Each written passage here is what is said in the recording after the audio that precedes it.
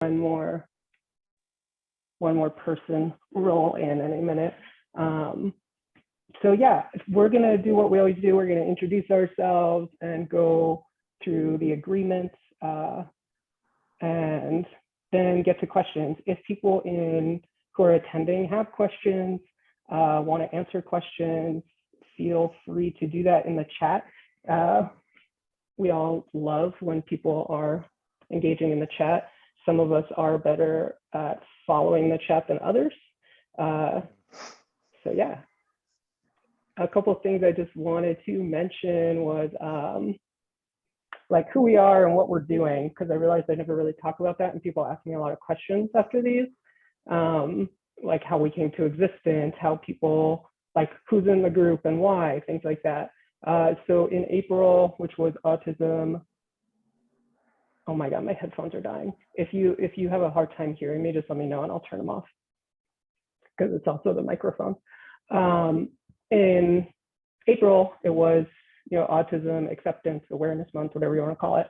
And I had just noticed that the only events that were not just like centering autistic adults, but run by autistic adults, there ended up being like some problematic things that occurred.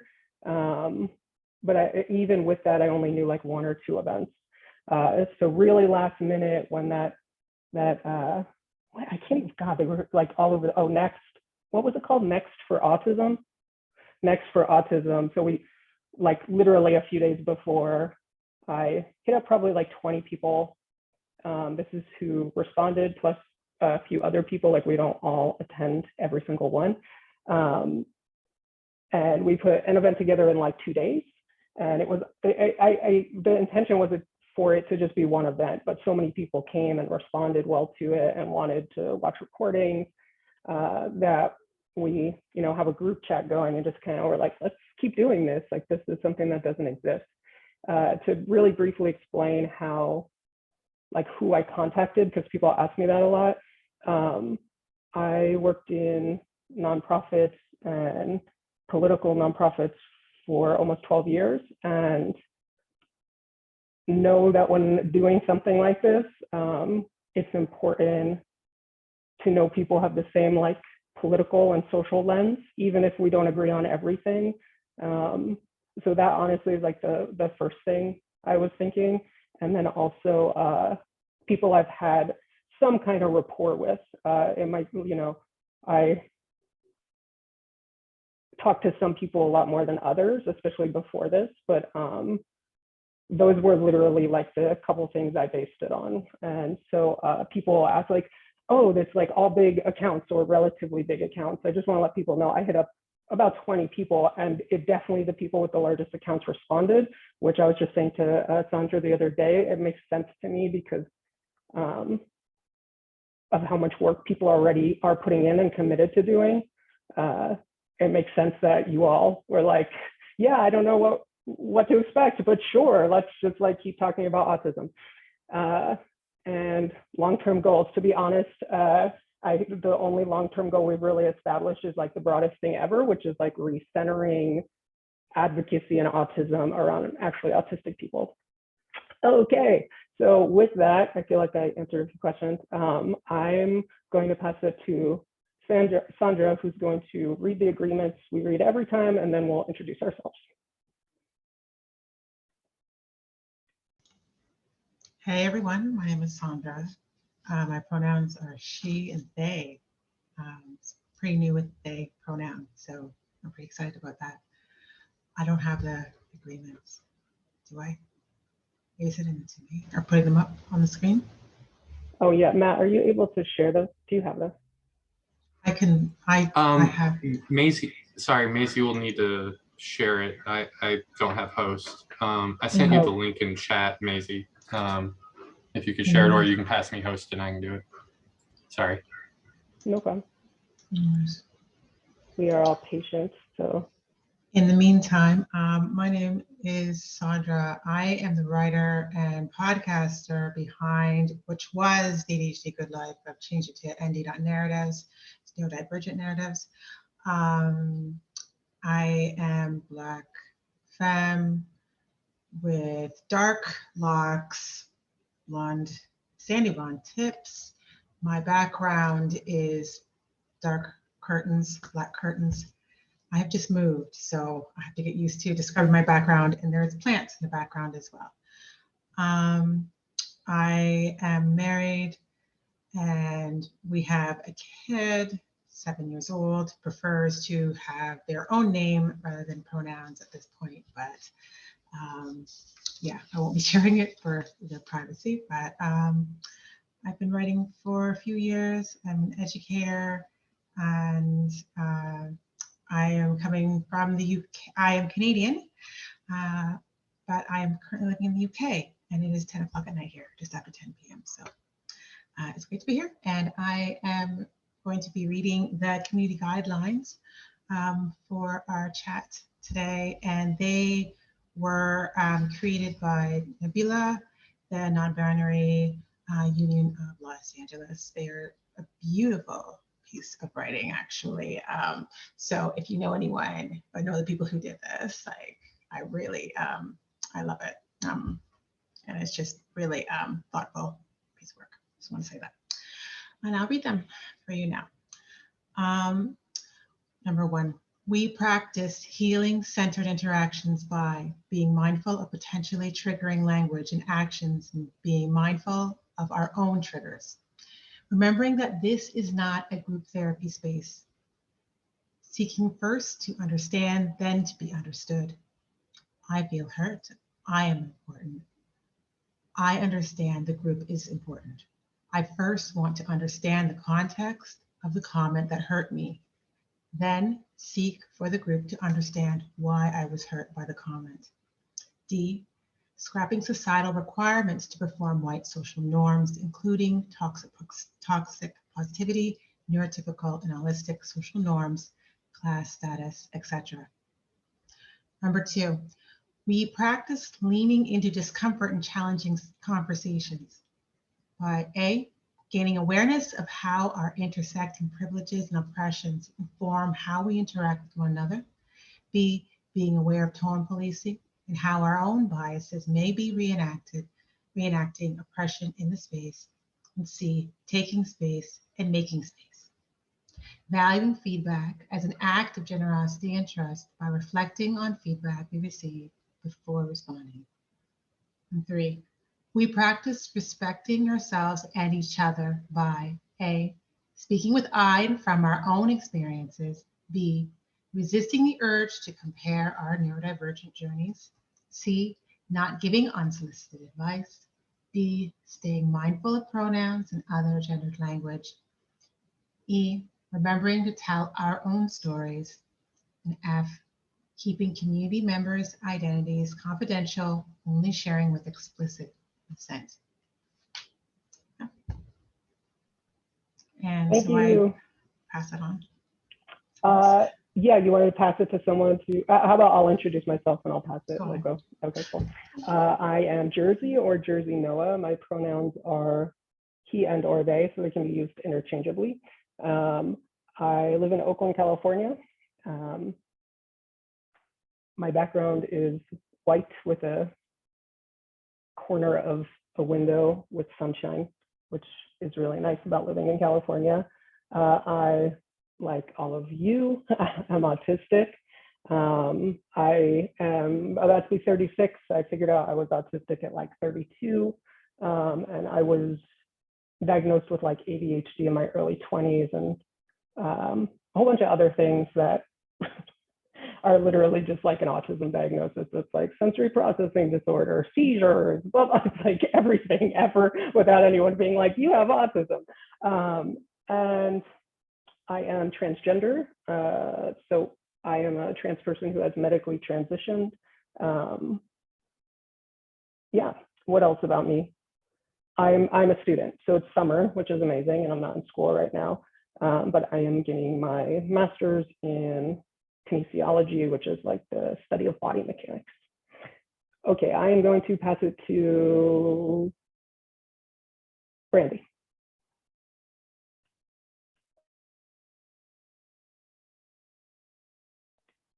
Brandy, you're on mute.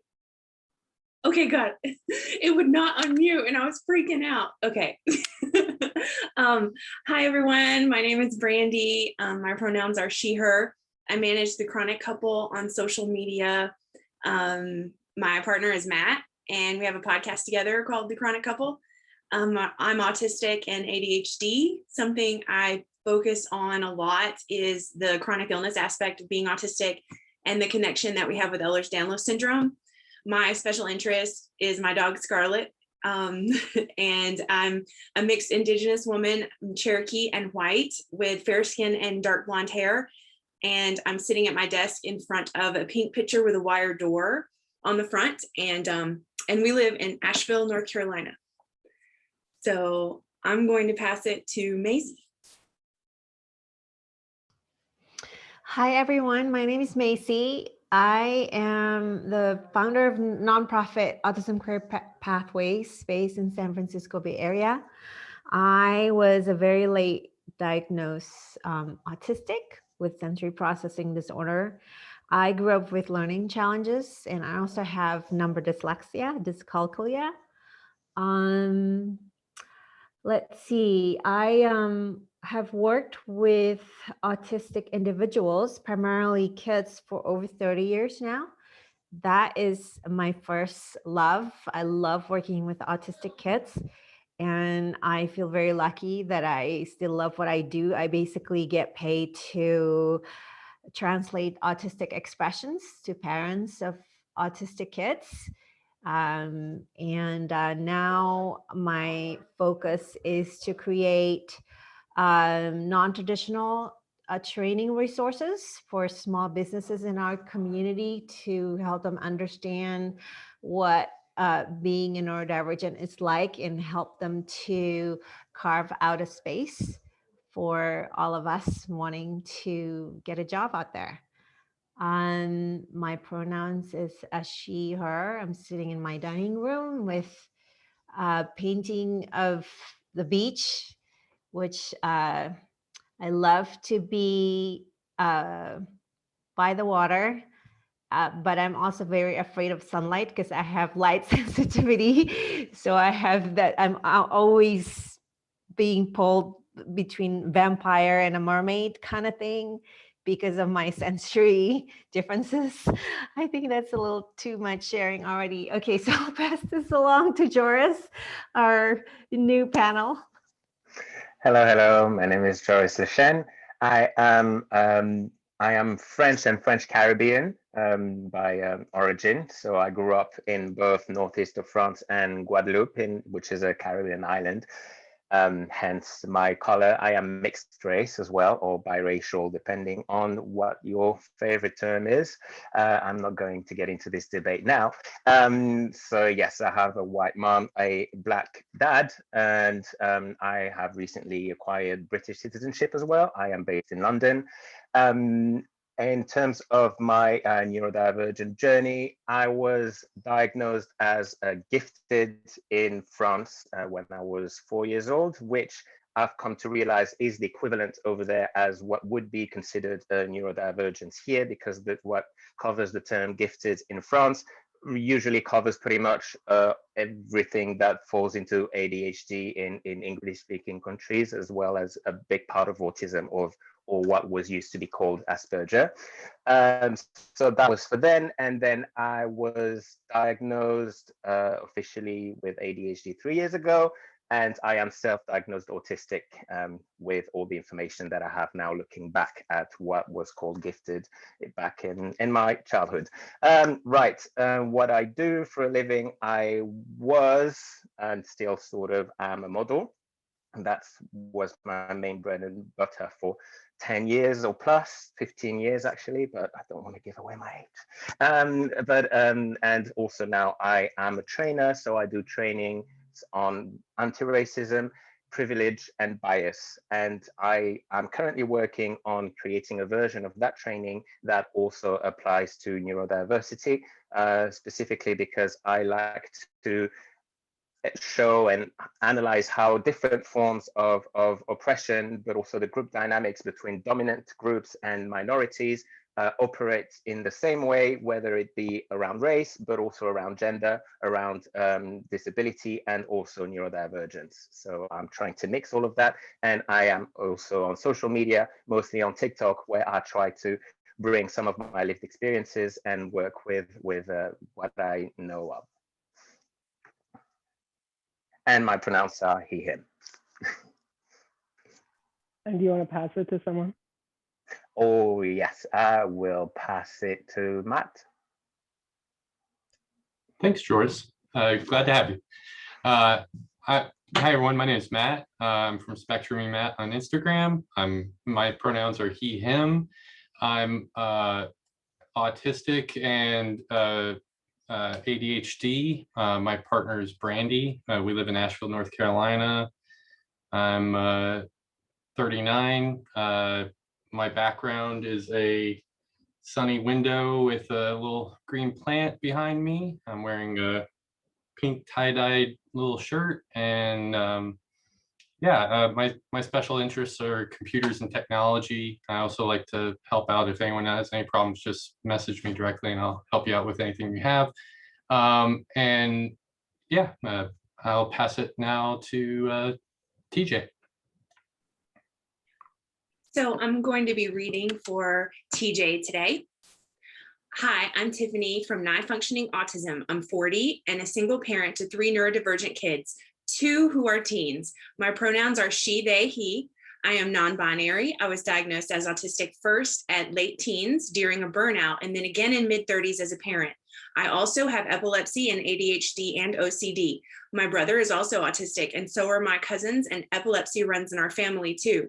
I had to quit my dreams due to seizures, but hopefully can start again. I am a Black person with medium length black locks and a black t-shirt and a gray background. And so next is T.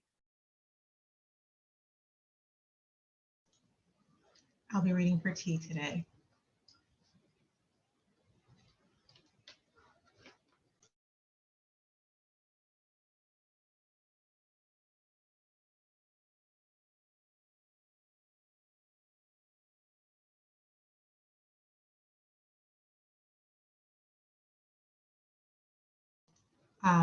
We'll just pass it on to, was everybody sure? T will come on later.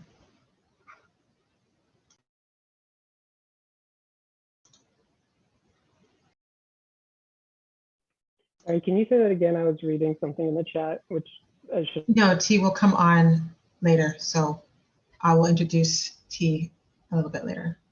Okay, They've sounds asked me. good. So I'm going to do what I've done in the past. I'm going to pretty much put up like 3 questions at a time in the chat. Matt, I now know that I knew that everything was going to everybody. Well, once you told me it was. So I'll put in like 3 questions at a time, and if the chat's like moving, I'll just kind of keep posting them. So people in the chat, again, feel free to ask questions, comment, or answer the questions yourself. So the first question, Joris, are you single? No, I'm just kidding. That was like mostly for TJ, but I knew everybody would like it. Okay, so for everybody, what's your social life like in person versus online? Is that the first question? I feel like I'm missing something. Give me 1 sec. That was your first question. Because I write. I'm not like all over the place today or anything. No, and no, I literally, I like, yeah. All right, yeah, so hi. What's your social life like in person? What's it like online?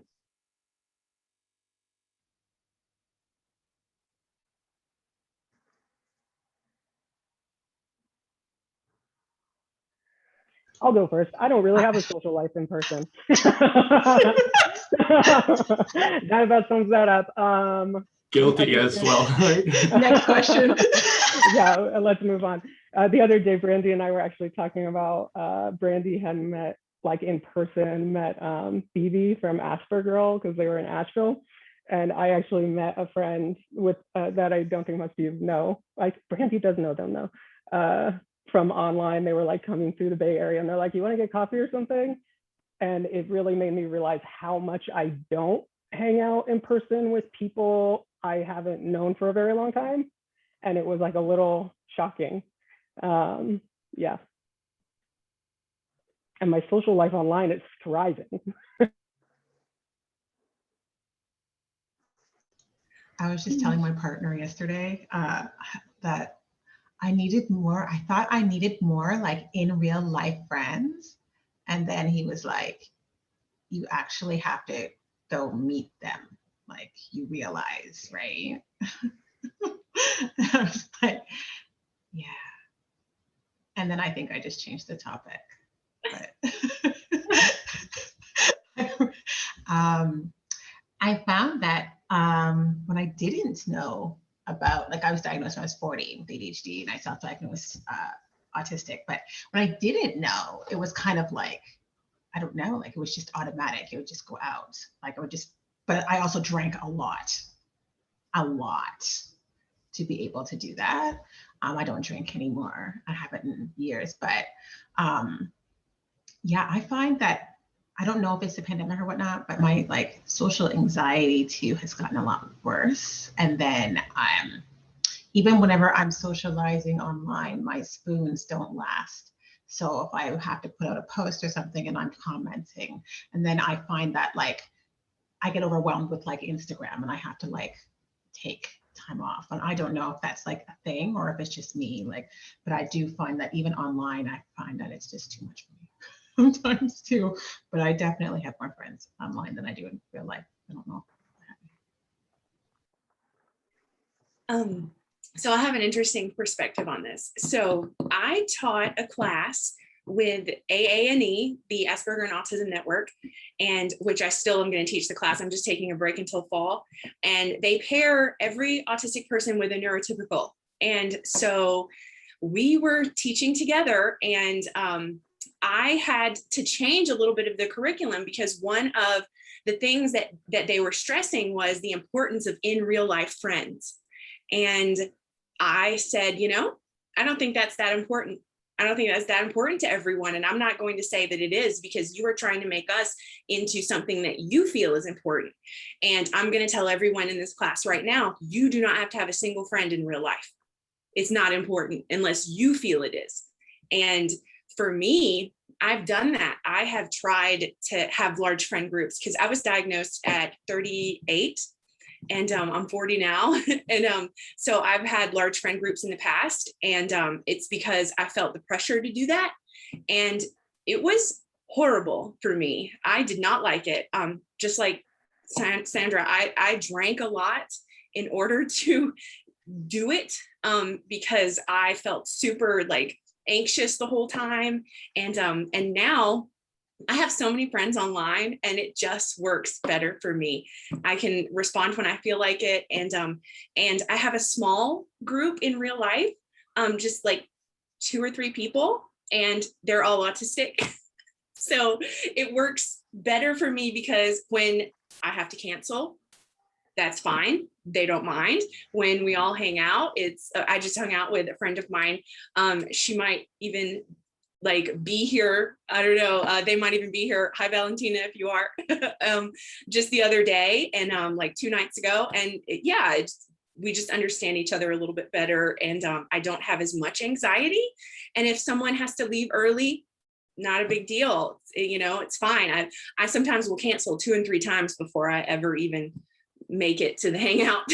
and no one gets mad at anyone else. I'm not saying that, can't be friends with neurotypicals. I have some of those as well. But yeah, for me, online friendships work better. And I don't think that people should judge us for that. I think they're just as important. So actually, TJ has an answer to this.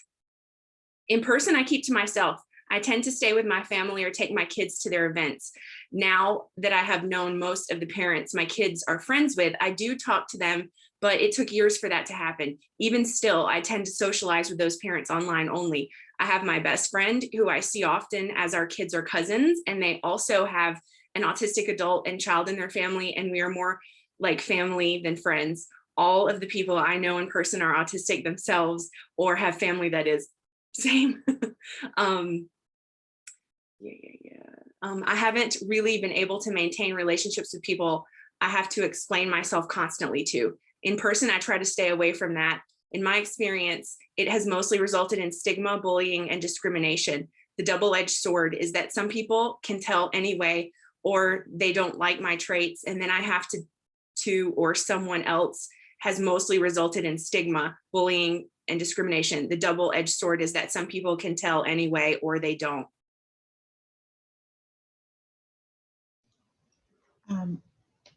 I just wanted to cut in for a second too and say that T would like to introduce themselves. They're going to use their AAC.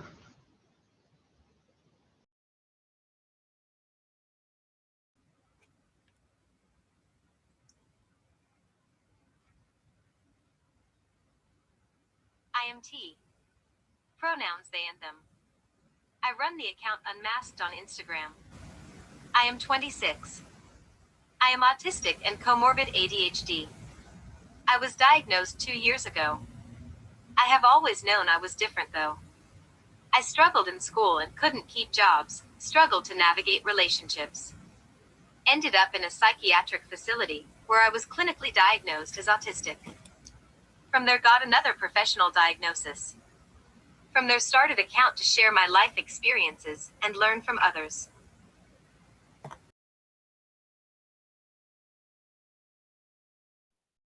Thank you, T. I'm gonna post, oops, like I said, I'm on someone else's computer, so everything is difficult. I'm gonna share these questions again. I feel like TJ kind of was answering this one about disclosing to people in person that you're autistic, even if they like know you're different, you know, or sometimes don't. Like, do you disclose in what like situations? Yeah. Why not?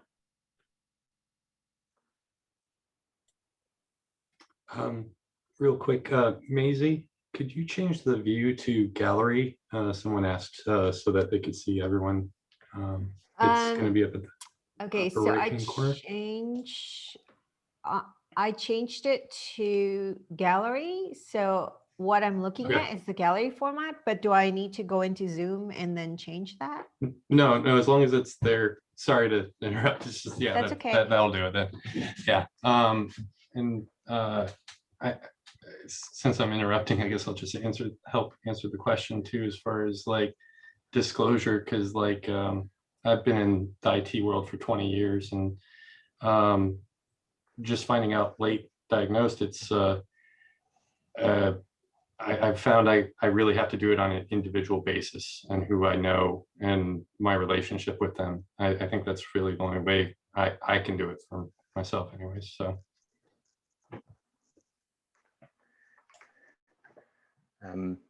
I think I'm gonna answer as well. I was actually patiently waiting for my turn for the previous question, but I don't know the protocol, so so we moved on. So I'm just gonna quickly answer the previous one. No, you can answer both or whichever. I just like keep things moving, but like we can always go back. Sure, makes sense. Yeah, no, I just wanted to say that in my case, that was actually the main barrier to me realizing that I was autistic. It was that I had seemingly a normal social life.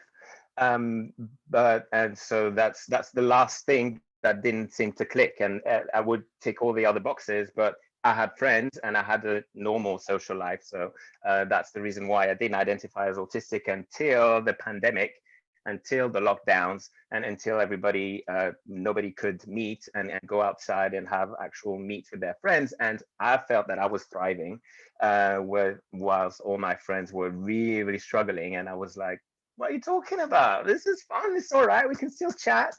So then that was the last thing that was missing, the last missing piece, because I realized that I actually was I hadn't realized before how much effort I was actually putting into having a seemingly normal social life. And when there suddenly was no longer that pressure to act a certain way and to engage with people in a certain way, then that was lifted off my shoulders. And that was such a relief that I realized, well, actually, I don't like doing that. And I'm much more comfortable online, and yeah, having my friendships online. So yeah, I would say that's why I wanted to answer that question. And then, do I disclose it?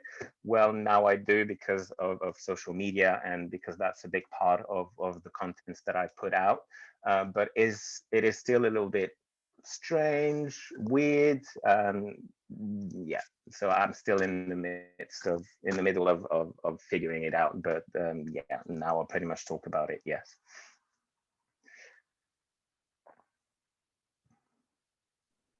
TJ had an amendment on, or a little correction on the last answer. Sorry, I messed up copy and paste. I meant to say, I stay away from telling people I am autistic in person because it results in stigma and discrimination.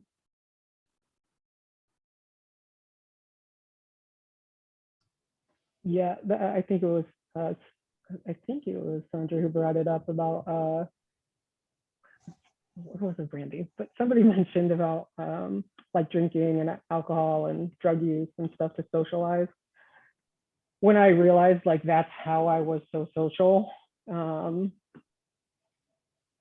it was kind of mind blowing. Like, whoa, there's definitely a lot of things about me, like what Joris was saying, like about having a social life that's like, it's like seemingly like neurotypical normal.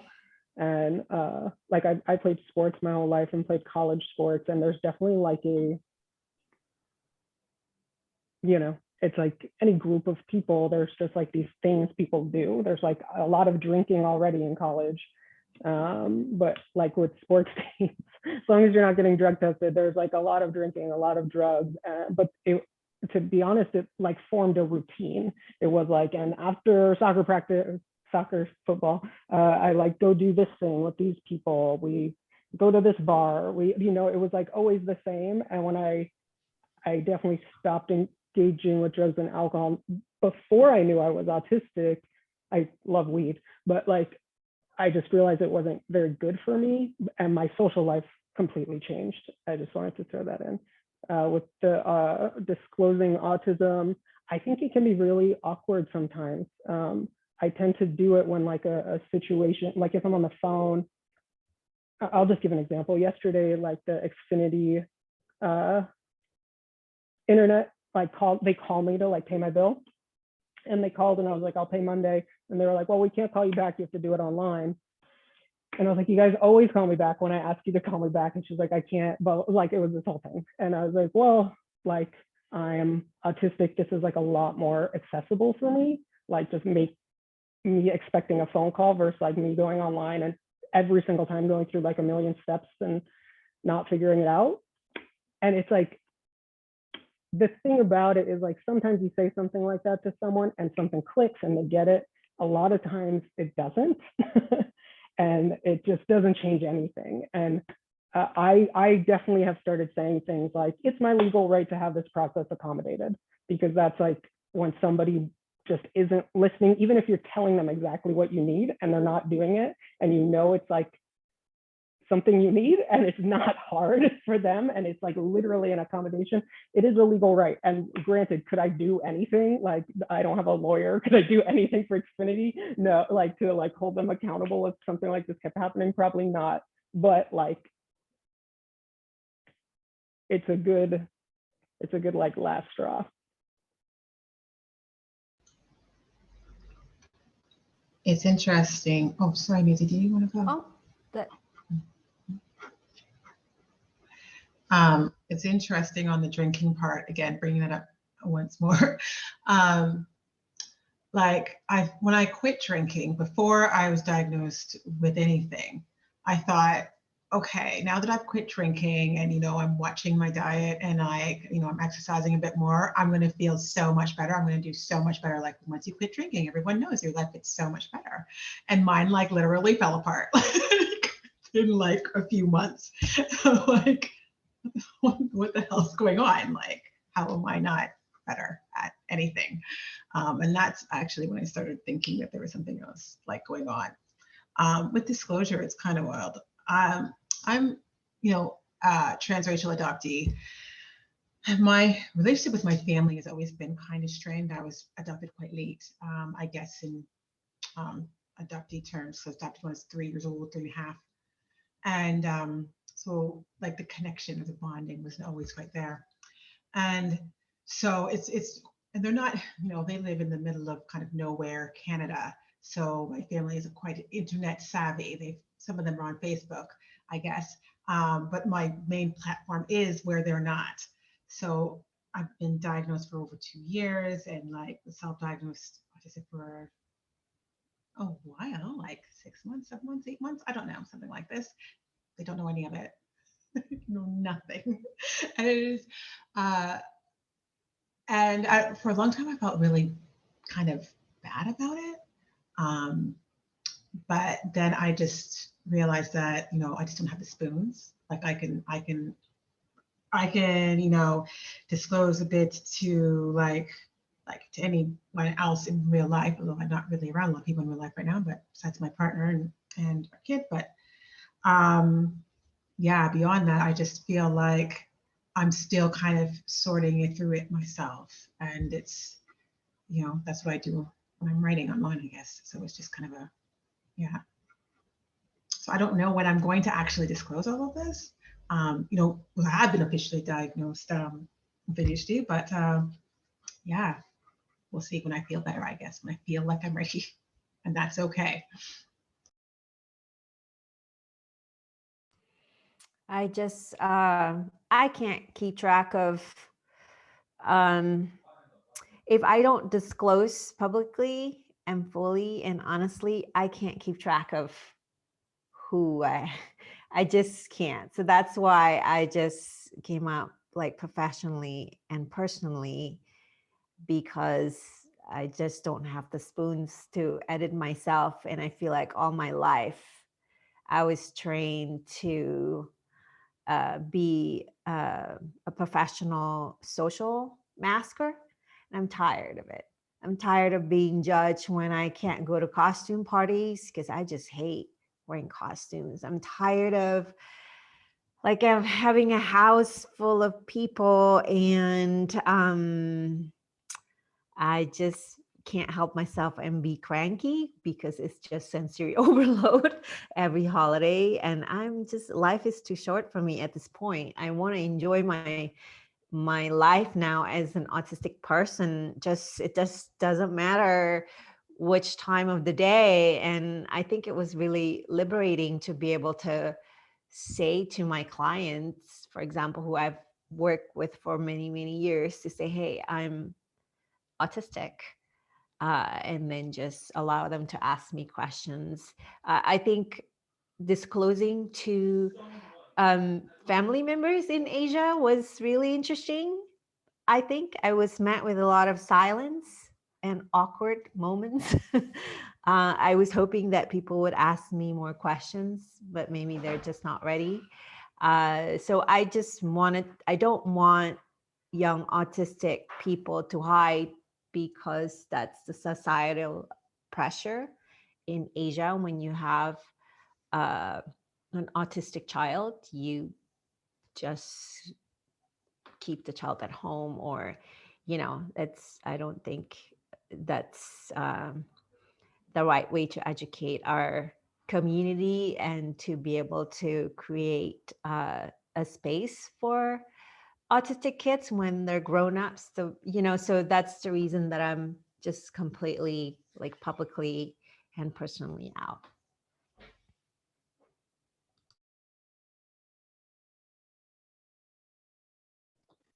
My sound is messed up. Just give me a second, but if somebody else wants to answer, go for it.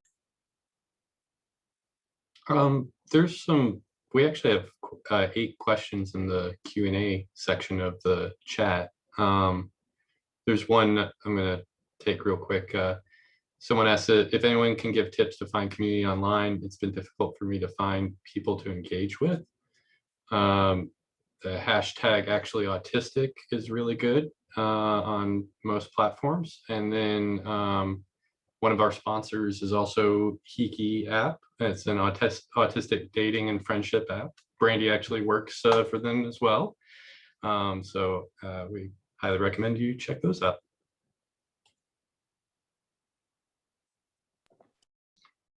To be totally honest, the way like I've made online friends is definitely, you know, following hashtags and stuff, but kind of like annoying. Like I'm trying to think about like, how did I connect with all of you, you know? And I'm like, oh my God, I probably was just like replying to like everything Brandy I thought was funny in story, like, cause it's so much more comfortable to not know someone for me and say something online than in person. So I just kind of like let that go. Like I was just like, yeah, I'm just gonna, like, if Matt posts something funny, I'm gonna say that I think it's funny or like comment on it, and also like not expect anything back, because not from anyone or a typical autistic whoever, but there is something I think that can be very intense about like social expectations move to being online. Like every message you get, you have to respond to. Like I 100% can't do that. There's a point I have to stop looking at comments, and my page is like a quarter of the size of some of yours. But it doesn't mean I don't like getting messages. Like I definitely do. It's like if I'm going to engage back. So I would just like, if you feel like you're seeing people that you're like, wow, there's like a common thing happening here, and you're comfortable and able to engage, that's what I would suggest. T is going to jump in with her AAC or their AAC.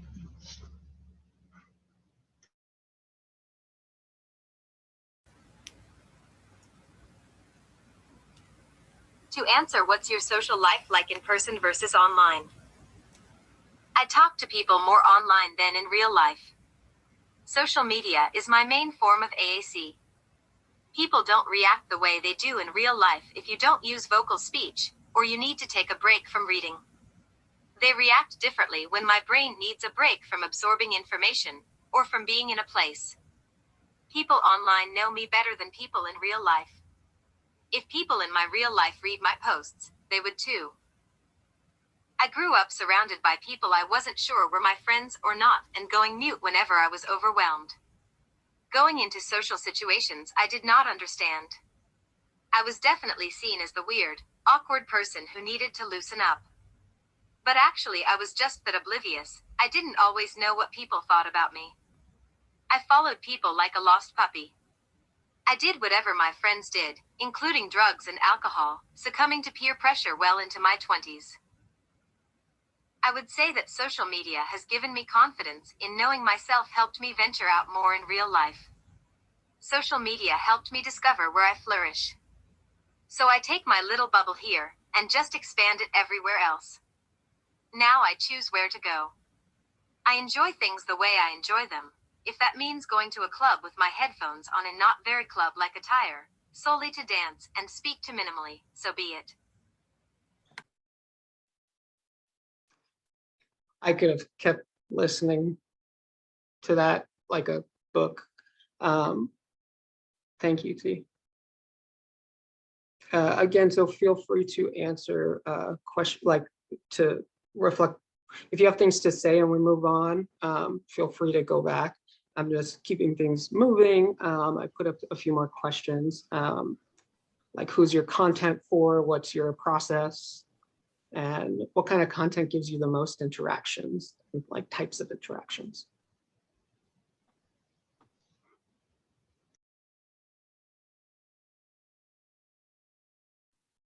Okay, I can go. My content has sort of changed over the past year or two. It started out being mostly for people with EDS and chronic health conditions, because that's where I was at in my life. And then I noticed that a lot of people that had EDS were also autistic, and that is what made me start talking to my therapist about autism and led to my diagnosis there. And so then it changed to talking about autism more. So for me, it's sort of this little sector where the autistic people with chronic health conditions sort of meet, because there are a lot of us. And so especially we're affected by EDS disproportionately. So a lot of people can relate to some of that. My process is kind of funny. I take a long time to draw my artwork on my iPad, but the writing part I do in 5 minutes before I post it. So I can't do that in advance, even though I try. I just can't do it. So I just do it last minute. And yeah, the content that probably gives me the most interactions, I have no idea. Every time I'm like, oh, this I think is going to do well, it bombs. And then when I'm like, oh, I did this in 5 seconds, I don't think anyone will like it, but I'm just going to put it out there. And then it does great. And so I can't even tell what works and what doesn't. So I just create what I like, and whatever people relate to, they relate to. And they are not always good interactions. No, I just shared something on my personal account, sort of like a joke Twitter screenshot about how if someone thinks I'm flirting with them, I'm usually not. I'm usually like, but if somebody is like thinks I'm being rude, and or if someone thinks I'm flirting with them, it's usually because I'm just being too nice because I'm uncomfortable. But if someone thinks I'm being rude and they're really uncomfortable, then I'm probably flirting with them. And so it ended up getting like 600,000 likes or something. And I was like, what is happening? But I got so much hate from people who were not autistic. This is toxic behavior. This is why people like you are misunderstood. I mean, I had to turn comments off and to only people who I follow and follow me, because yeah, they're not always good interactions. Even on my other page, parents of autistic kids seem to be my worst offenders for uncomfortable reactions. So yeah, it just varies. Wow. Yeah, I'm half surprised, half shocked to hear your experience, Brandy. Yeah, especially, yeah, I would say I think that male presenting people do not have the same don't have to deal with the same amount of hate or not being taken seriously as femme presenting creators. So this could be an example of that as well.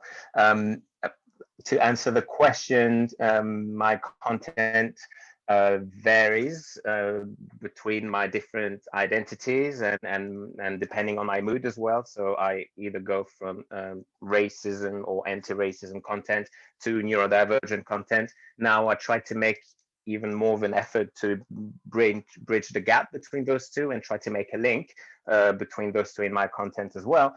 But because of the way the algorithms are built, they don't like when you jump from one topic to another. So usually they will show your content to the same kind of people. And if you've changed topic, then obviously the people it's going to be shown to are not going to be responsive. So that's going to kill your reach. So this is something that I experience a lot, but I make sure to keep this ability to change content because it's very easy to then get into a loop of people taking control, and especially comments and bad faith people with bad faith who engage in bad faith. They will take control of your content by forcing you to respond, to try to explain yourself, etc., and you can spend days trying to get out of a controversy because people intentionally misinterpret what you're saying. So again, to go against that, I usually make the choice after a couple of days, I talk about something else and I post about other things. And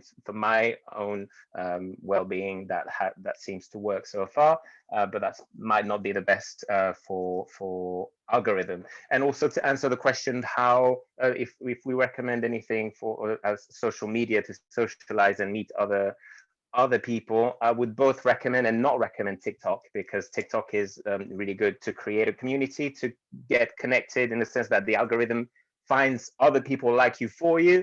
But there are a lot of issues, especially with hashtags and with the content, because the platform decides whether it judges your content suitable or not, and whether it deserves to reach certain people or not. And I have found, for instance, that using that hashtag actually autistic has usually meant that my posts would get no reach whatsoever.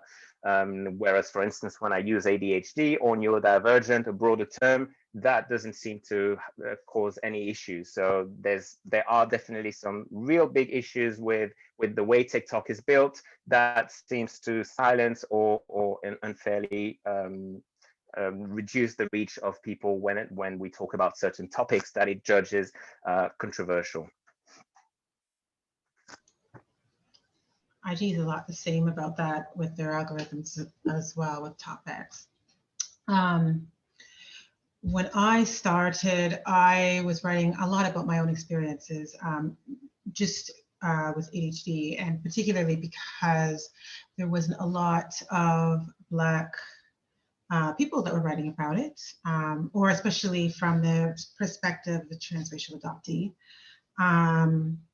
As I started writing more, I found that the perspective was a lot of the same ideas over and over again, a lot to do with connected with productivity, capitalism ideas and stuff like this.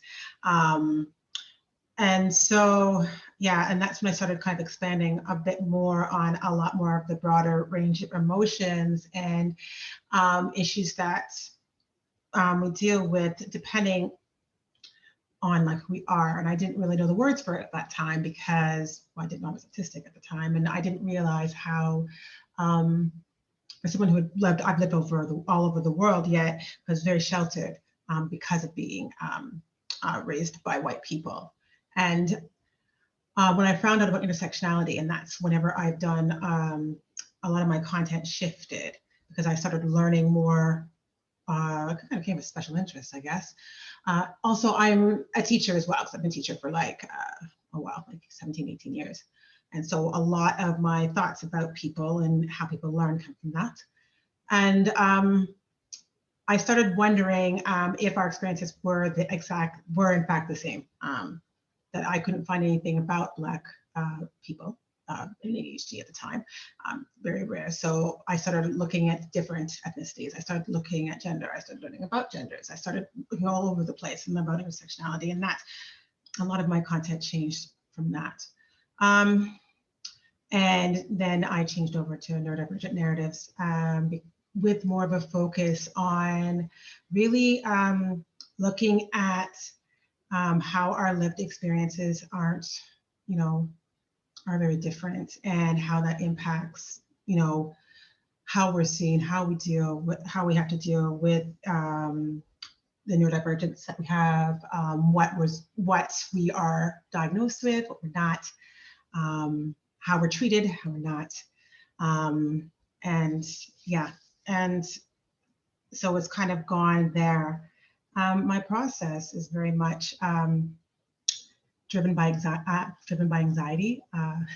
So I can go and post for like a week and a half or two, and especially on IG. I mean, I write all the time, I write every day, but I don't always post because I end up getting a little bit too anxious and I don't post at all.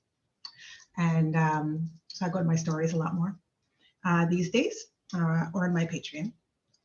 And I think it's because when the Amplified Black Voices happened last year on IG 2 years ago, or a year and a half ago, or whenever that was, and my account kind of blew up, and it was exciting and terrifying at the same time.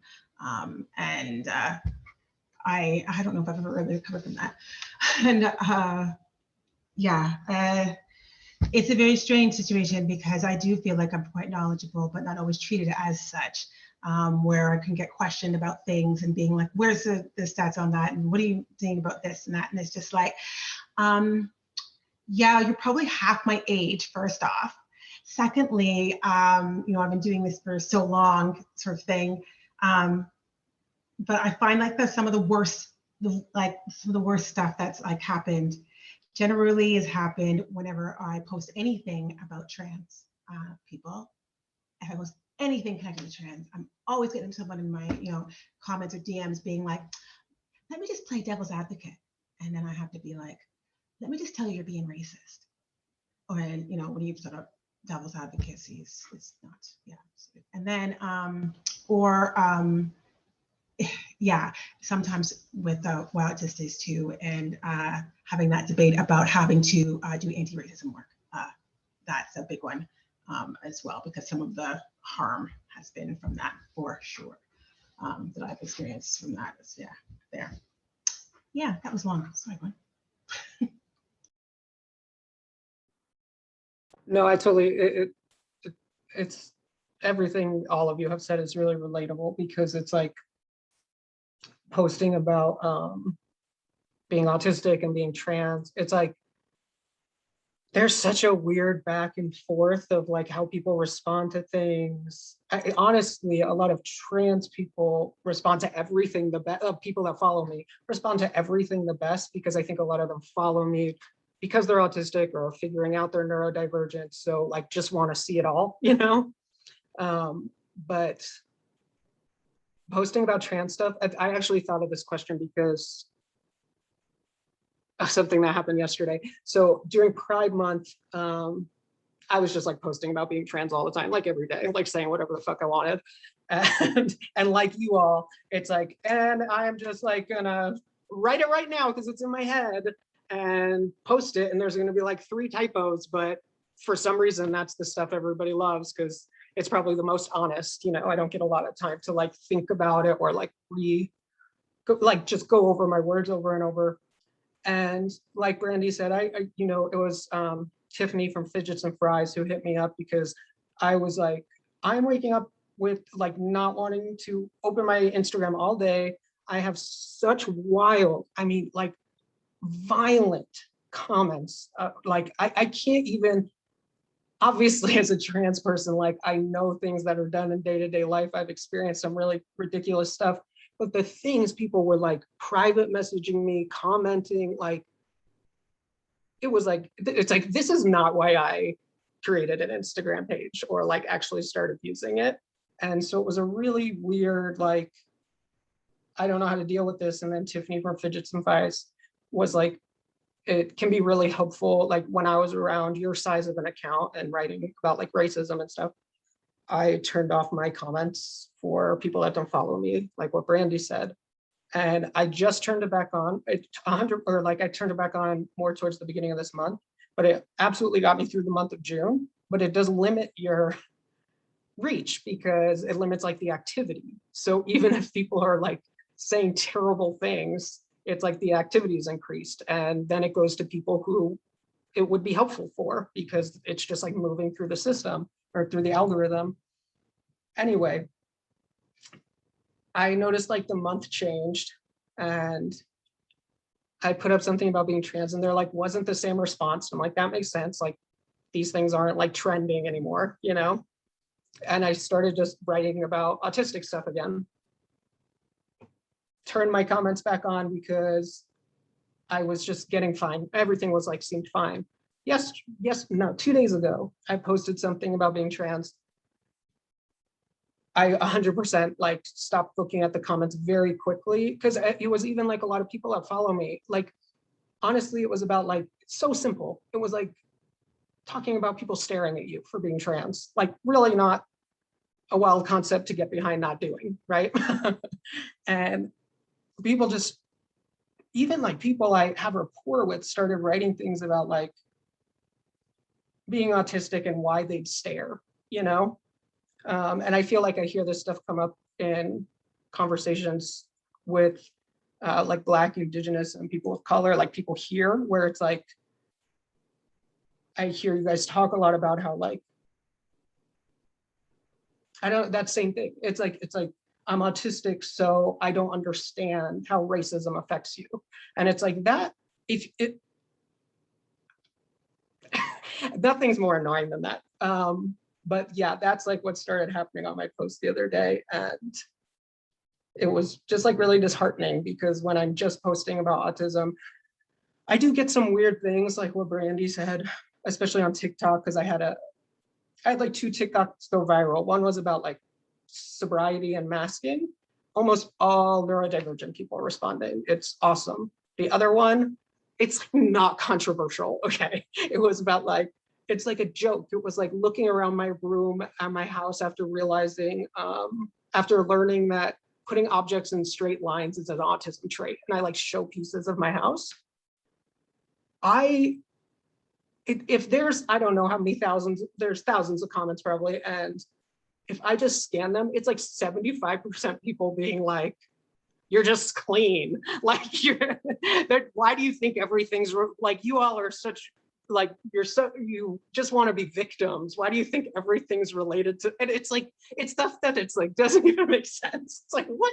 Like you get, this is taking you more energy to like have this thought, not change it, and then express it to me. Like it's, and I'm like, and I don't read them anymore. So I don't know what the point of this is, but there's a big difference between like how people respond to autistic things and how people respond to transgender things. And again, I think that's because transgender people are by no means perfect. There are plenty I do not get along with, but I do think, like I said, people are following me because of their like interest in neurodivergence, where sometimes an autistic person follows me because of a post, doesn't realize I'm trans, and then it gets really weird.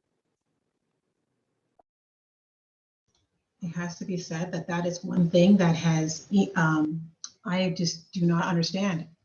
Not that I've tried really hard to understand it, but meaning the white autistics, like going off about like not understanding racism and not understanding trans issues. And I'm like, but I had to like learn about the world at 40 years old after finding out I was autistic, and it's been fucking hard. It's been like a grief. Sorry, I don't know if I'm supposed to swear, but I did. It's been like a grief-stricken time. Just understanding and trying to understand all of this. I did not know what white supremacy really was. I'm a fucking adult. I had no idea about this. My parents didn't tell me nothing about being Black, none of it.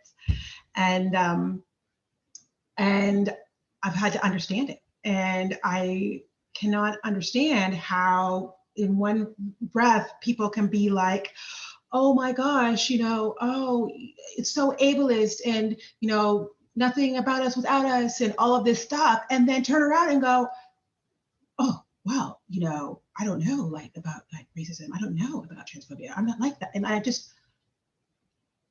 don't understand it. I kind of do though. Like I know my theories about it. Like I understand like, because it's, using white privilege in the space is like feeling like, you have some power. I get that part of it.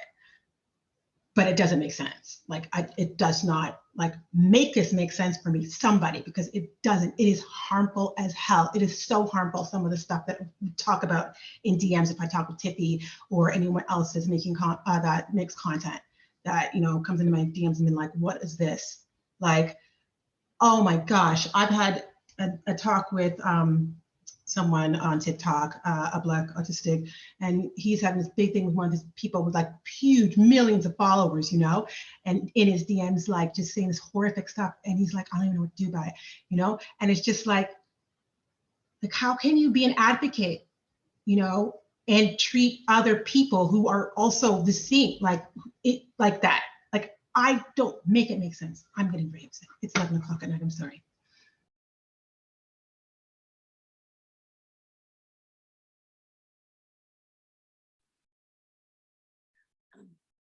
TJ has an answer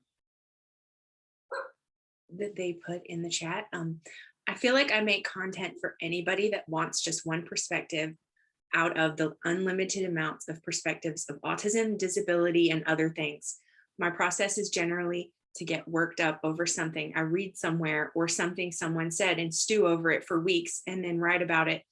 Doubt this is healthy. I get 95% great and kind interactions online. Like most, I give a lot of weight to those 5% toxic ones, however. I think that affects how often I post now. I start hyper-focusing on what the naysayers are going to say even before I post. If you're speaking of like the process of creating, I have now that I am doing videos, it takes about a week to get 60 seconds of a video. Geesh. I just don't think people understand like how much it takes out of you. Like it's only the 5%. Most of the time people are really nice, and it is only like the 3 to 5%, but it's like, it drains you. It drains you because everything you put into the post, when you're sharing your life experiences and you're sharing about, and it's not the same as like, my autistic experience. There's a lot more behind it whenever you're, visibly different. And it just, there's a lot that goes into every post. And so, yeah, it says the 5%, but it feels like 105, when you're having to deal with it and deal with the a lot, and figuring out how to say the things you want to say without it becoming worse, and everything else that's connected along with that. I don't think people really get it. I don't think they see or know that there's a person behind the words, a person that lives these stories, and that's the part. And they just consume it and then feel like when it's not something that they like or they don't agree with, that they can treat people like they're not human. I'm very sorry. I don't usually turn off my camera and get really upset. I'm sorry about that. I'm okay now. I'm gonna just jump in because T's gonna go whenever you're ready, T.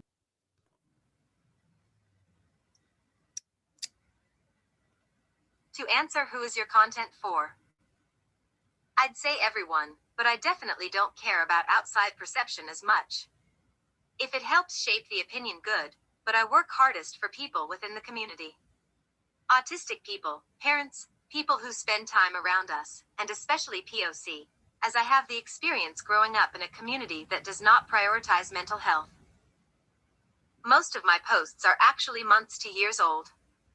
3 a.m. gusts of energy and clarity, where I review everything that has ever happened, everything that has always existed. My mind is not linear, it runs on no timeline. I refer back to old posts to flesh out new thoughts. This is how my brain works.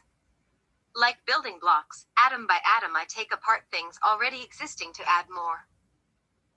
Informational posts that are well organized and easy to understand, and posts that tell stories give me the most interactions. I think when people relate, they reply. Are they always good interactions?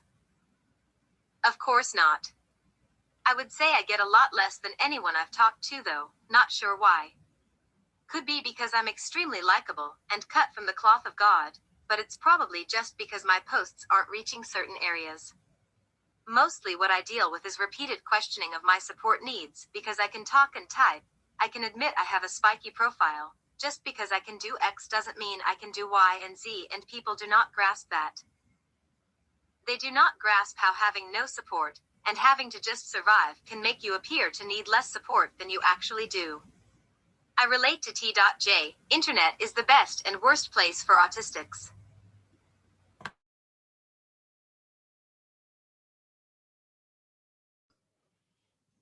I don't need to make this sound like pressure, T, but every time I hear your words, I'm like, I feel like there's like a bomb dropped. Like it's just like really hits me really deep. I don't know. Thank you for sharing all of this, you guys. I'm actually now in my own space of not being able to post. I'm just drained and exhausted. Oh my gosh, I feel empty. Yeah, it's just writing a post takes. First of all, my writing is very spontaneous. I try to make my post look beautiful and somewhat organized, like Brandy's, or like most of you guys have a theme. My brain just can't. But writing my posts, it's very emotional, and often I get upset writing it because it's driven by something I read or just a thought that pops into my mind. And then as I'm writing the post, more things unfold, and it's emotional, it's exhausting. So I can't produce even though I want to. And then I used to do Monday afternoons live IGs with a theme like mask. I'll do a series of masking for my parenting one. It's just my name at Macy's Latantio. That's where I try to advocate for autistic kids and help their parents understand. And then once in a while, I'll post the same for the employability one, Autism Career Pathways, but I get a lot more engagement on the Autism Career Pathways. I just get more people just participating, and I think the difference is interesting. I just feel also when people are not engaged, because hopefully they're processing and thinking about it, and I think that's okay. it's not, I think, whether how people respond, it's not necessarily a reflection of our posts. Sometimes when we strike a nerve and people are like, okay, I think that's a good thing too. So I think for me, that's good enough. I just do the best that I can.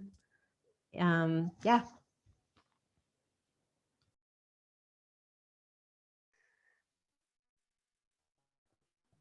If I respond,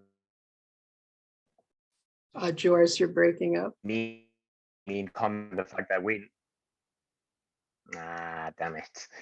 I think it's working yeah, now. it's telling me that my connection is unstable.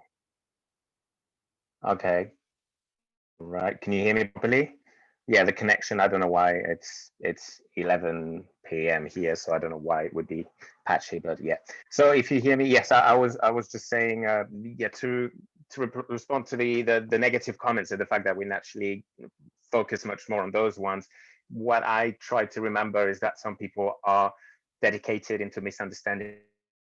There's nothing that we did wrong. It's simply that that's their own, that's the way they get significance. It's by getting us upset and misrepresenting what we're saying, because that's the only way to feel that they exist, that they have a voice on the space, in the space. So this try to mind myself, get too worked up by negative comments. And yeah, I wanted to say something else, but it's gone now. Does anyone else want to answer this specifically, or should I? Okay, after this, if nobody else wants to answer this specifically, of course you can. I'll throw it to Brandy for Hickey. TJ has an answer. All the isms are exactly the same in this community as in the general population. Sometimes I feel they may even be slightly magnified. My autistic loved ones have two very different paths, one of being Black and disabled and having means of familial and financial support, and the other side of being second or third generation poverty, Black and disabled. No, their lives are vastly different. My family of means judges those without means as if poverty is their fault. And these are autistic people judging autistic people. Eye roll emoji.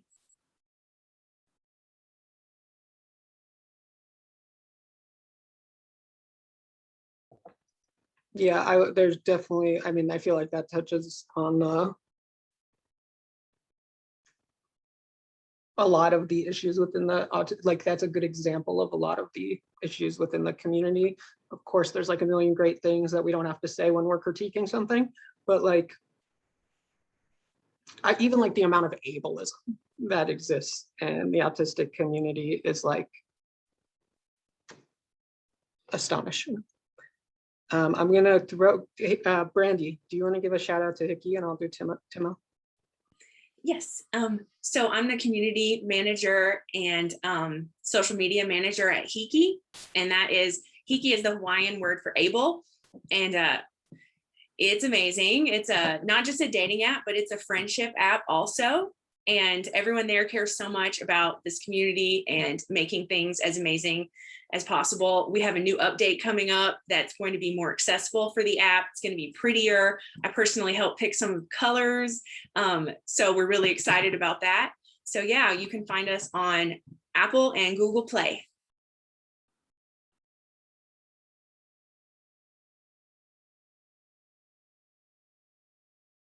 I'm like trying to do things that I realize, you know, who always does these little things is Lauren Melissa, where they're like throw like information about it. Like I just made I don't know, I just tried to post something and I feel like there was like 100 spelling errors and I'm like trying to keep up and I'm like, that's totally been Lauren Melissa's role, is like throwing things in the chat, reading random things from the chat. And I'm like, whoa, they're doing a lot during this.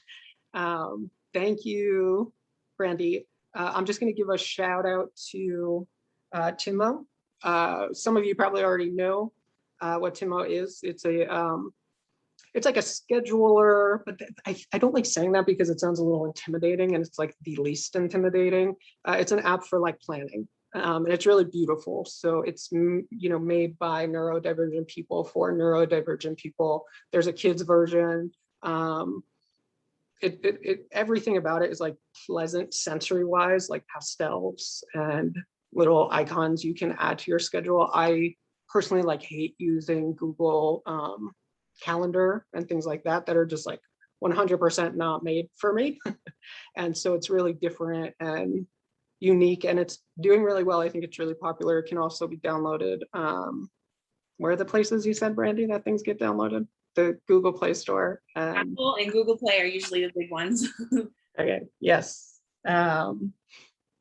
Cool. And I think Macy, do you want to say something about Autism Career Pathways? Autism Career Pathways. So if anyone would like to contribute to this roundtable, you can donate to Venmo at ACP 2019. I'll type it over here so we can keep this going. And that's because Autism Career Pathways is our fiscal sponsor. So the organization that Macy runs is allowing us to share their tax ID for now. So you can give donations through them to support our work. Okay, go on, sorry. And it will be tax deductible for everyone. And then T, I saw a message from you that you were gonna answer one of the questions. So I'm just gonna leave it there.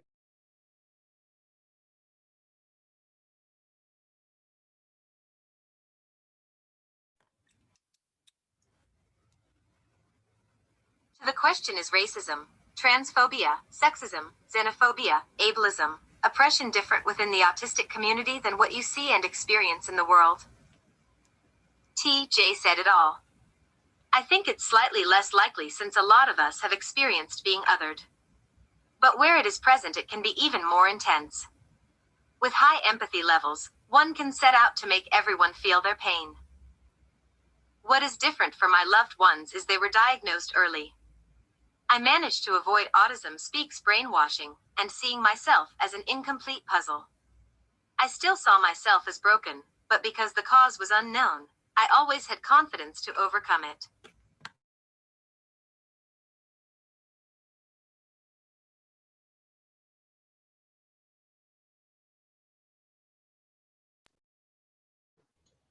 Can you guys hear me? You're on mute. Now you can. No. Yes, I can. Okay, because my computer, the computer I'm using is like kind of frozen. So I can't see you guys. Can you see me? Yes. Okay, then I'm just going to keep going with it. But I can't paste the questions in the chat because nothing's letting me do anything. Some of the things, first of all, thank you, T. I agree that TJ like nailed it. Some of the next questions we already kind of talked about. So do you experience any social anxiety or distress from social media? How does it compare to in-person social anxiety? Yeah, we kind of talked about some of that, but does anybody want to add anything? And again, I can't see you, so just go. I was just going to say that I'm actually going to take out a bit early. I'm going to bed because I am obviously need my rest because I'm not feeling too good right now. But Carla had a question before they had to leave. It's in the chat that they put in.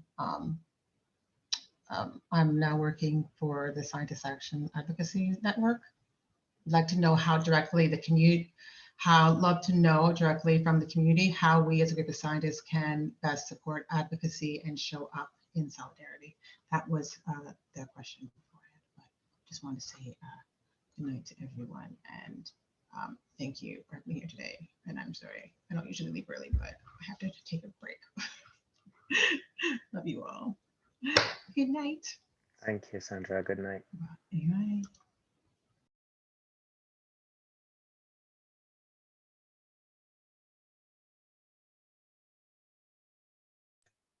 We can see you, Jersey. It's working now. It's working there you now. go. Yeah. I can't click around though, but I can see you guys. Okay. Sandra dipped fast, but I just wanted to say that I'm glad people feel like they can and should do that. Leave when you have to leave. So yeah, I can't like bounce around really. So give me 1 second. I know the one thing we haven't really talked about is like what keeps you creating content? Like with like, you know, the overwhelm and social anxiety and like the ups and downs and good responses and bad responses, like why do you keep doing it?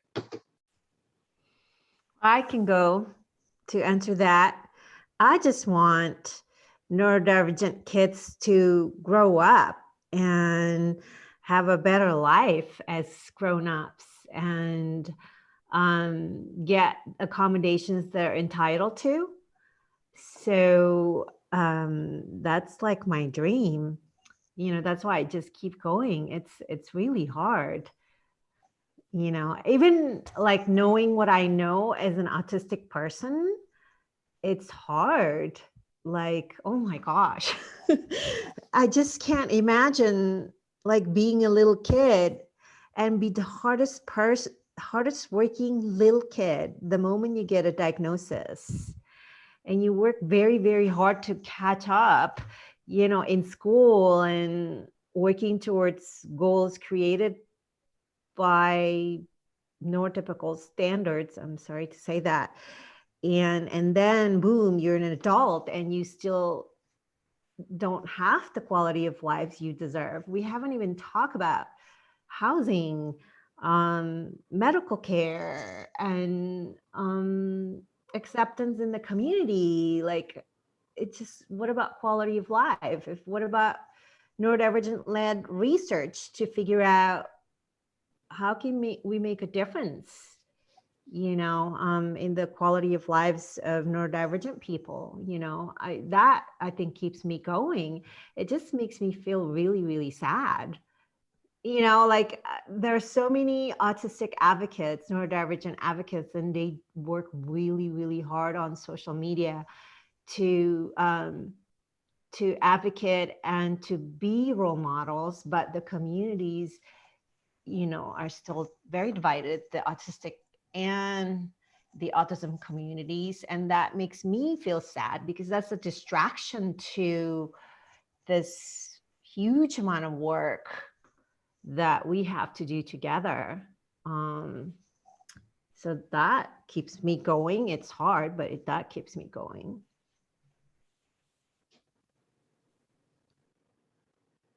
TJ has an answer. I think social media anxiety feels the same and just as intense as social anxiety in person. This is probably because my main social outlet is social media. What keeps me creating content is that I feel like I have a unique perspective and all are important, but I mainly want to see education and society values change vastly. And I believe we are all important to making that happen as fast as possible. And I can answer, when I first started my account, I had so much anxiety about every single thing. I would second guess everything. I think that's one reason why I will take a long time to draw my post and think about my topics, but I have to just write it in like right before I post it because I will change it and overthink it. And I have a lot of anxiety afterward. I try really hard to not take it personal if I get negative feedback, but I have sometimes a lot of anxiety about what I post because it's like, is this topic going to bring in the trolls today? But then I don't want to censor myself because of that. So it's like this push and pull there, you know, of like, I want to get it out there and I keep doing it because I don't want anybody else to have to feel like I did. I was misdiagnosed with so many things and mental health things and, had a really hard time growing up because I went my entire life not knowing what was going on with me.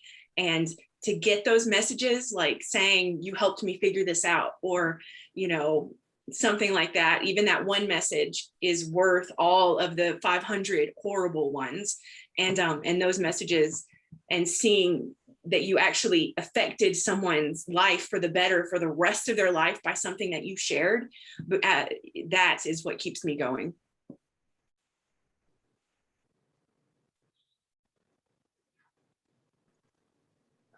I'm going to quickly answer as well. What keeps me going is that it's my creative outlet. Making content, that's my creative outlet and my main way of connecting with people. So I kind of need it. So yeah, it brings me a lot of joy, regardless of the feedback. And yeah, when it's negative feedback, then of course it hurts.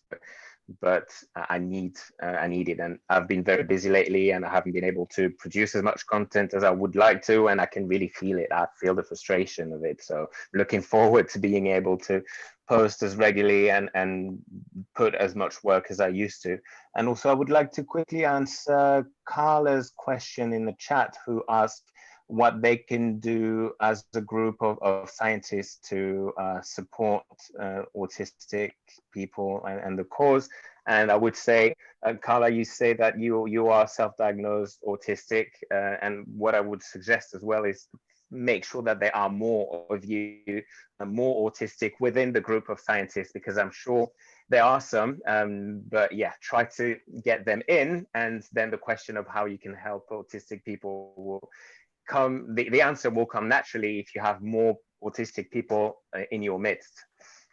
That's a part of the answer. That's not the whole answer, but that's what I would suggest. That's a really good answer to I don't know, a very big question. I agree with what all of you have said. Like, what did TJ say? I was like I almost wrote it down because I was like, I'm not going to remember this, and now I don't remember this. TJ, you said something that hit me, and I don't know what it was. But in terms of like an outlet, I feel exactly the same way. Like it feels like, to be honest, I am very, I wonder if a lot of you have experienced this. Like my whole life, I talk a lot about this. I know you all have heard this, where I'm like, oh, my whole life people have been like, you're so intelligent, but you're so lazy. Oh, you're so smart. You have such creative, blah, blah, blah. But you have no motivation, you know, like these very stereotypical things people say to autistic people, or like some autistic people. And I feel like I'm still really like understanding that I have unique things to say, and like that I do think differently than a lot of people. And that also means like, because I just like say my honest truth, that it doesn't hit everybody. Like I don't like water anything down to make it more like generalized for a bit like a bigger, like more expansive audience. Like that's just not, that sounds like more work to me. And I get why people do that sometimes. And but it feels like a lot of work. It feels like masking, you know, it feels like if I don't just like say what I have to say and do what I have to do, or find a way to like get information out there that I think if I change it in a way that's not real to me, it feels like masking. So honestly, I feel like the online experience has been a very big like unmasking opportunity for me. Like I'm definitely somebody that like my whole life people have seen as like controversial, you know, like controversial, or like, oh, you just like, now it's like people are like, wow, you speak your mind. But I'm like, up until a few years ago, it was like, what an asshole. Like, and it's like, I'm very conscious of what I say. So like, what an asshole might be like me correcting, like this is a very broad, not the best example, but like correcting someone for using the wrong pronouns over and over. Like that's like an example of something somebody would be like, oh, you're just like, you don't stop, do you? You know, and it's like, well, like I'll stop if you stop. Like this is not a very hard thing. So I feel like it's been a really interesting experience to be online, to see like all of you and other people like say stuff and get a response, or like, and it hits me and I'm like, wow, that's like an autistic trait. Like I didn't even know how I was different. And then like, you know, TJ posts something about seizures and autism. I'm like, oh God, that must be why I'm so depressed this week. I had a seizure, you know, like these things that I'm like, I'm still learning about myself through all of you and other people. And also learning like I have things to share like that. I've never really done it from just like a me perspective.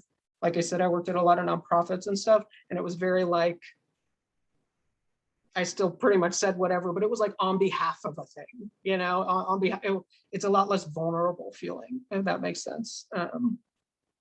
Yeah. What about you, Matt?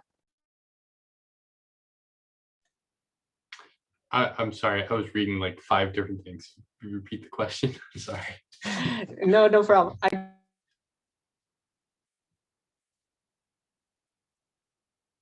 You're on mute. You're on mute, Jersey. Sorry.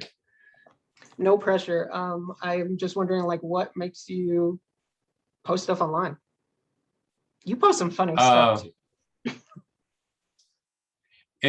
For me, it has to kind of hit you in the gut. It has to kind of cross, multiple areas of topics. I think the biggest thing is, I want to try and amplify like all autistic voices and my friends and things like that.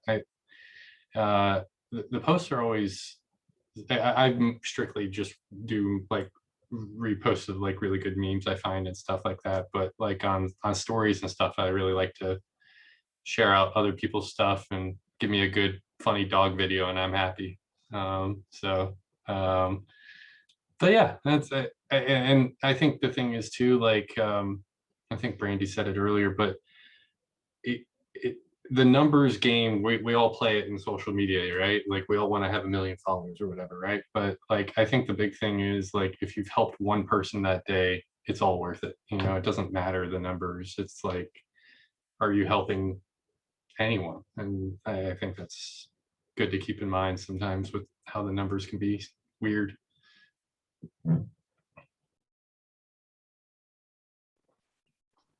And again, I can't like leave my screen or I won't be able to see you all.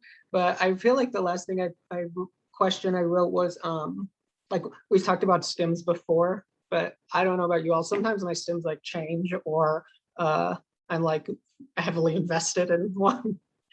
So I was wondering, because we're talking about stuff that like brings on anxiety and brings on joy, just like brings on extreme emotions. Sometimes like a response to joy and anxiety is like exactly the same for me. But so I'm wondering, like, what do you guys do? What's like your go-to stim / stims at the moment? Oh, nice. These pop-it things. I just love these. Our dog Scarlet. That petting our dog. Yeah, Scarlet. petting our dog is a big one. These pop things. But yeah, something also about the social media thing. Sometimes I forget that people can see my stuff. Is that like, do you guys ever do that? Like sometimes I do. I'm like, wait, people read this. Oh my God, I forgot. I'm just like getting it out for myself. Yeah, I often go through this. I don't anymore, but for a while there, I would go through this process of like, okay, before I hit post, my last thought is like, my ex-partner's mom is gonna see this, and it's like I just had to like get myself to be like, hit it, it doesn't matter. And now I'm like over it, but it was like for that thought, and I'm really close with them. Like their mom's like a parent figure to me, but it was something about it that I just like gave me a lot of stress. TJ. That's why I disclose fully to everyone, including my immediate family members, so I don't have to keep track. Just like. And they actually know that I'm autistic, but I feel like sometimes I post these things that I'm like, all of you do it too. I'm sure, like I've seen a lot of you guys do this where it's like I post, I know it's not going to go over well with everybody, or like, there's just like a thing about it that again, when people like see you as controversial just for like existing and saying your thoughts, that's something I definitely had to get over. Go-to stim, also my dog, like always. A very like purposeful one is running, but I feel like I go through these periods where I can't stop moving. Like even this in here, I'm like, swaying and sitting differently, and I have to like get over it. I have to be like, this is okay. Everybody's autistic. No one's judging me. You've probably seen me do my go-to stim, which is play with my hair. And I've seen the chat that some people will probably relate with that. So it took me a long time to realize it was a stim. And listening to music as well, which I don't do as much because I don't go out of my place anymore. So I don't feel the need to have this extra separation between me and the world. So I don't listen to music as much. But yeah, dancing would be one. But yeah, definitely this, which helps because it helps me define the codes. Anyway, that was me. TJ said my stims change a lot. Some I wish I would change, like biting my nails and my fingers. I love knuckles on skin and rubbing my hands together.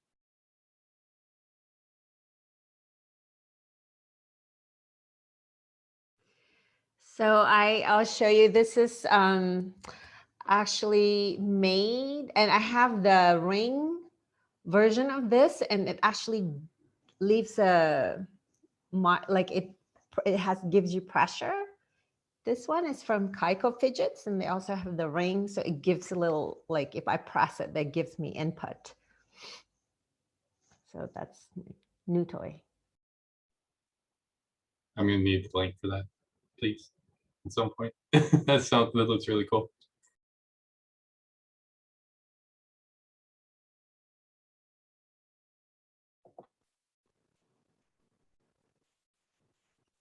Cool. Does anybody else want to answer? No pressure. Just want to give people time. Awesome. Well, like I said, I can't pull up all the questions, but I think we got through them all. Is there any kind of theme and questions people have been asking? Has anyone noticed? Or that were submitted? Yeah, we have one that there. Someone said, what led you to take the next step and create your platforms, and when did you make the decision to position yourself as an advocate on social media?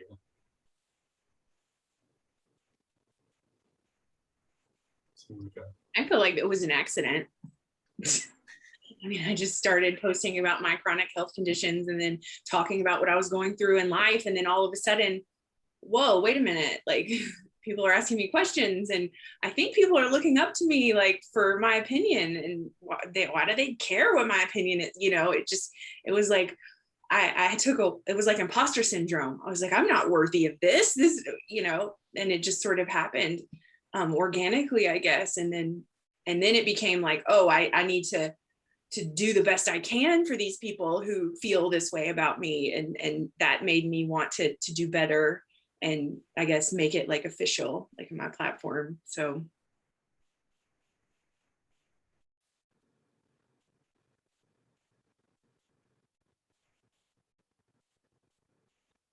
I would say like the only conscious thing I can think of about it is like following other people and seeing them doing it, and just seeing like the commonalities I have with people that I never knew, or feeling like empowered by people just saying what they have to say.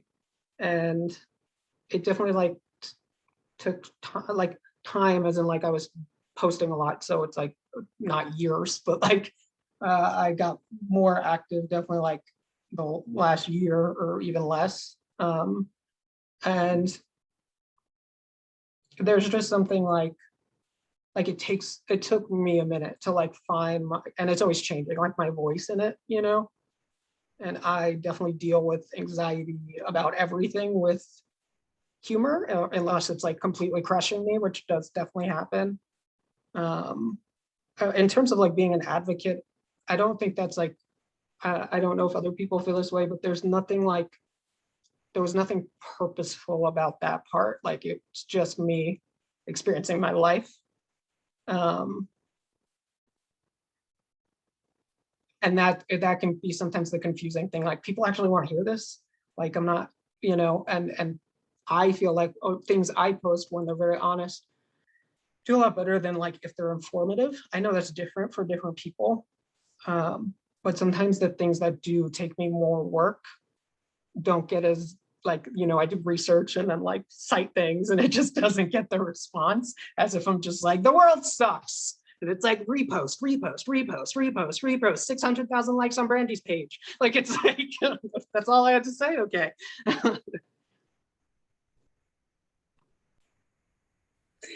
TJ, I just wanted to a separate account from my personal account so I could talk about autism.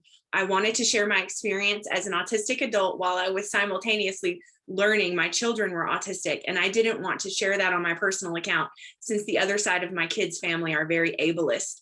So I was already an autistic that knew I was, but learning how to be a parent to autistic humans at that time. I'll go for stems. That question.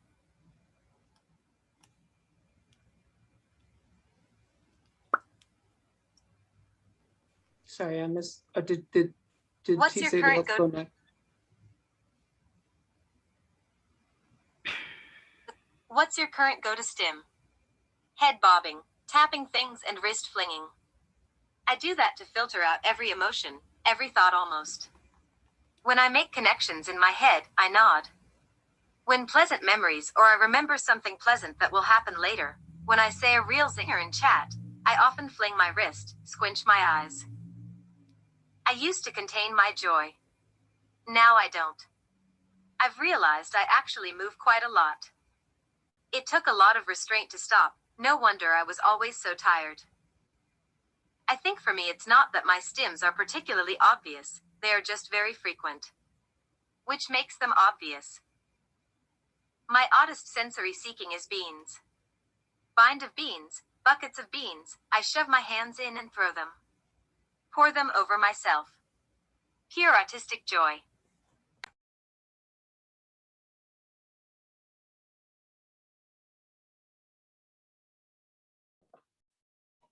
Thank you.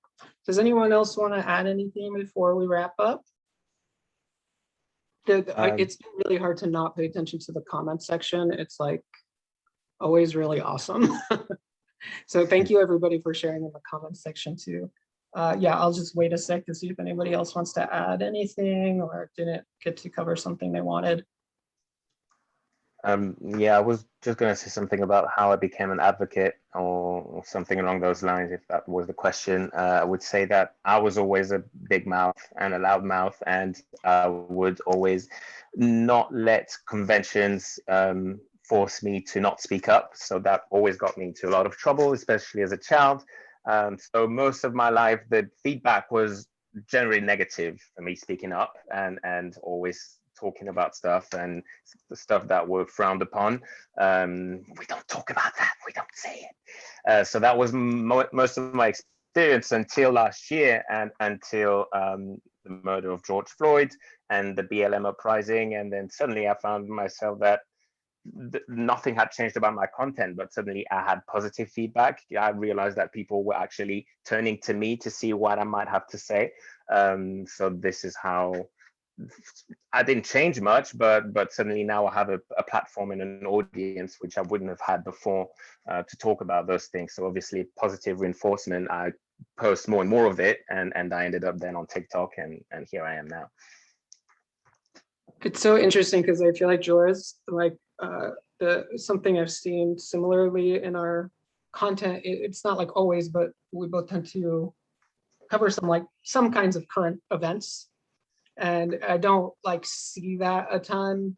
Like a lot of times pages that do that are like the kids, my neighbors, and the kids are on a trampoline till midnight. It's like amazing. It's like the smartest thing they've ever done. And the kids are on the trampoline and screaming. But anyway, I feel like a lot of places that accounts that post current events are people like going for more like news, like alternative news accounts.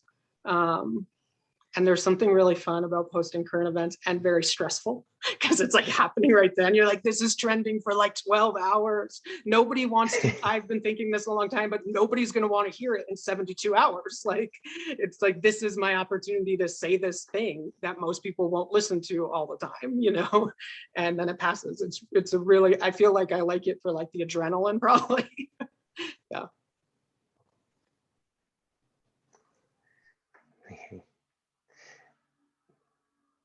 All right, so Oh, wait. again, We lost you What? now. You're muted. Oh. Or was it just me? Maybe it's just me then. Am I good? Yes. Yeah, I don't even know what's going on with this computer, but I have been able to see you all. So yes, again, the Venmo is ACP for Autism Career Pathways, ACP-2019. They're currently, we don't have a PayPal account, but you can give to the website. Is it autismcareerpathways.org? Yeah, that's correct. Yes, and awesome. So you can, and I believe from most, if not all countries, you can give through there. Something I didn't add in the beginning is people sometimes ask about funds. At this point of the first couple, we distributed funds among us. It's not a ton of money. The most we've received is a few $100s. But since we got a couple sponsors from Kiki and Timo, we've been keeping money in an account and haven't touched it. So we don't like individually profit from this in any way. Hopefully one day as it grows, can be like a source of sustainable income for us. So contributing definitely will help this grow, help us add people. People talk to me about adding people a lot.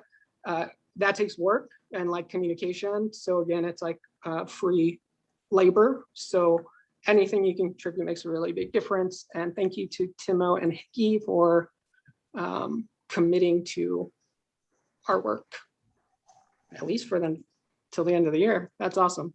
And thank you all for attending. Every time I feel like everyone has like a similar like feeling and like vibe happening. Yeah, you're all awesome. So hopefully we'll be back next month, but no pressure. Never really know what's going to happen because we're neurodivergent, but we'll see you all soon. Thank you all. Thank you, Jersey. Good job. You too. Yeah. Bye. Bye. Bye. Jersey.